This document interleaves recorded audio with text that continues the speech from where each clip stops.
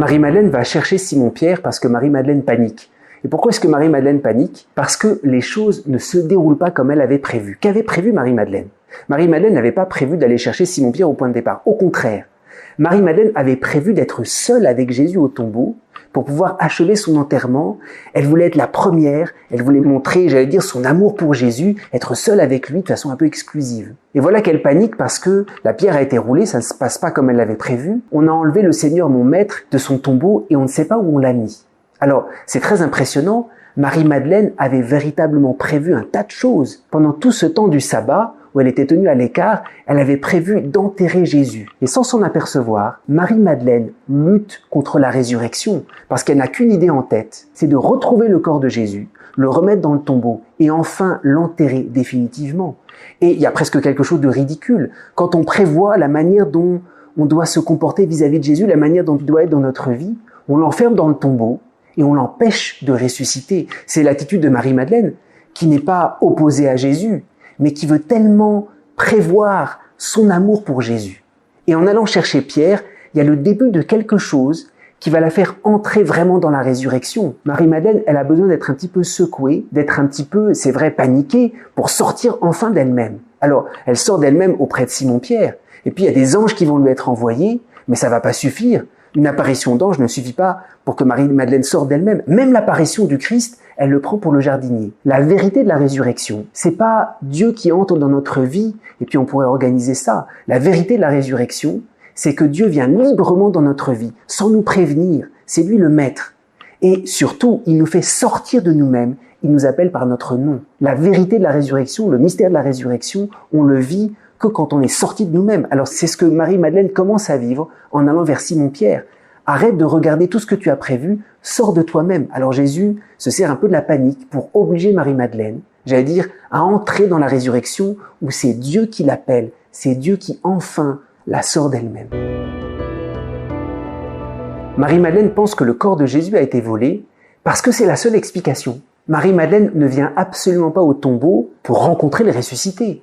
Elle vient pour l'enterrer, pour finaliser, pour terminer son enterrement. Et si le corps a disparu, c'est forcément qu'il a été volé. Il n'y a pas d'autre explication possible. D'une certaine manière, Marie-Madeleine a raison de penser cela. Parce que la résurrection, c'est comme si Dieu lui-même avait volé ce corps. On sait le parallèle, cette parabole que Jésus prend. Il viendra comme un voleur dans la nuit pour nous parler du dernier jour. Et la résurrection, c'est comme l'anticipation du dernier jour. Il vient comme un voleur. Alors c'est évident, c'est pas un voleur humain, c'est un voleur divin qui s'est emparé du corps. Et quand Marie-Madeleine pense qu'on a volé le corps de Jésus, elle n'a pas tout à fait tort. Dieu est venu comme un voleur, sans la prévenir. Alors, nous, on est très déroutés parce qu'on aimerait bien que Dieu nous prévienne un peu plus. Ça nous éviterait des paniques, ça nous éviterait des angoisses, que Dieu nous prévienne ce qu'il va faire dans notre vie. Mais Dieu fait exprès, il vient comme un voleur. Pourquoi ? En réalité, si on comprend bien, ça doit profondément nous mettre dans l'abandon et dans la paix. On passe notre temps à organiser notre vie. Et il y a enfin un lieu, un moment de notre vie, mais en fait c'est toute notre vie, qu'on peut pas organiser. C'est la résurrection.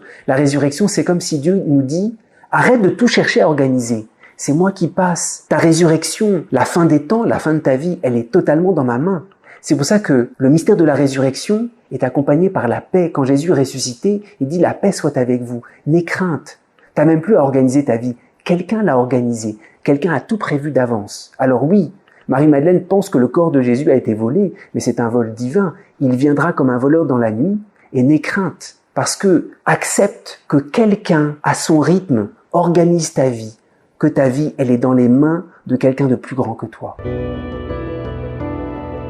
On voit au matin de Pâques cette espèce de course très étonnante où Pierre court, le disciple bien-aimé court et puis Pierre se fait doubler parce que le disciple bien-aimé court plus vite. Mais il arrive le premier au tombeau, il n'entre pas, Pierre arrive et le disciple bien-aimé laisse entrer Pierre. Pierre entre et Pierre, on ne nous dit pas qu'il a cru, il ressort du tombeau. Et ensuite seulement le disciple bien-aimé entre, il vit et il crut. Alors, c'est très étonnant, le disciple bien-aimé est plus fervent, non seulement dans la course, mais dans la foi.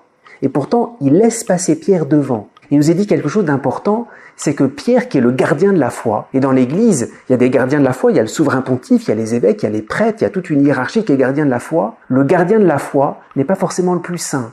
Un prêtre n'est pas forcément le plus saint. La Vierge Marie, le disciple bien-aimé, sont allés plus vite dans l'ordre de la foi.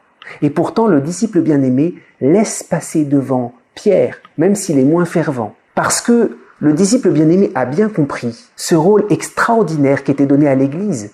Même si Pierre est fragile, même s'il est moins fervent, il est responsable, il est détenteur du mystère de la foi sans diminution. Et c'est cela le mystère de l'Église. Même si un prêtre, même si un évêque, même si des membres de la hiérarchie peut-être sont moins saints, ou même si un prêtre est défaillant, par exemple quand il dit le mystère de l'Eucharistie, Jésus ne vient pas à moitié. Dans l'Église, même si ses membres sont défaillants, Jésus vient totalement. Nous, parfois on a cette idée, si on était à l'époque de Jésus, on aurait plus. Non, dans l'Église, il y a quelque chose malgré nos médiocrités, malgré peut-être la lenteur de Pierre.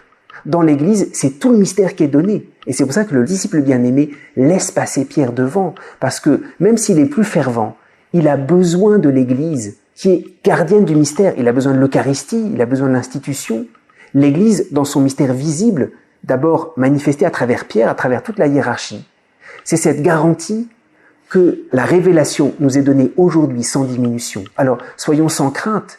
Dans le mystère de l'Église, on n'a pas à se projeter en disant si j'avais été à l'époque de Jésus. Tout nous est donné. La foi nous est donnée dans son entièreté, comme si nous étions nous-mêmes au matin de Pâques. Le disciple bien-aimé est le premier à croire en la résurrection. Et c'est très impressionnant, le disciple bien-aimé n'a pas eu d'apparition de Jésus ressuscité. Il est entré dans le tombeau était vide. Nous, on pense que la foi en la résurrection se base sur les apparitions. Avant les apparitions, c'est le tombeau vide. Il entre, il vit et il crut, alors qu'il n'y avait rien apparemment. En réalité, il y avait quand même un signe. Le signe du suaire, le linge qui avait enveloppé le corps de Jésus, était roulé bien à sa place. Et puis on dit, le suaire qui enveloppait sa tête était encore roulé à part. C'est le signe que c'était sans doute pas des voleurs qui étaient passés. Mais il nous est montré la foi en la résurrection, c'est tout d'un coup Jean, le disciple bien-aimé, qui a la certitude qu'il y a eu un passage de Dieu. C'est pas d'abord l'apparition du ressuscité. C'est un passage de Dieu. Dieu est déjà passé, il a tout remis en ordre, il est venu rechercher son Christ dans la mort, c'est déjà fait. Il nous a doublés. Entrer dans la foi en la résurrection, c'est ouvrir les yeux sur le fait que Dieu est déjà passé, que Dieu est présent plus que je ne l'imagine. Il y a un vide, mais en fait, il est déjà totalement présent, il enveloppe toute ma vie. Et il me cherche, comme il a recherché son Christ dans la mort. La foi en la résurrection, c'est pas la foi en une apparition qui serait extérieure à moi. C'est la foi en la présence de Dieu à travers Jésus-Christ qui me porte, qui me double, j'allais dire, qui m'enveloppe et qui me recherche. Avant même que j'en ai conscience, comme il a recherché son Christ dans le tombeau.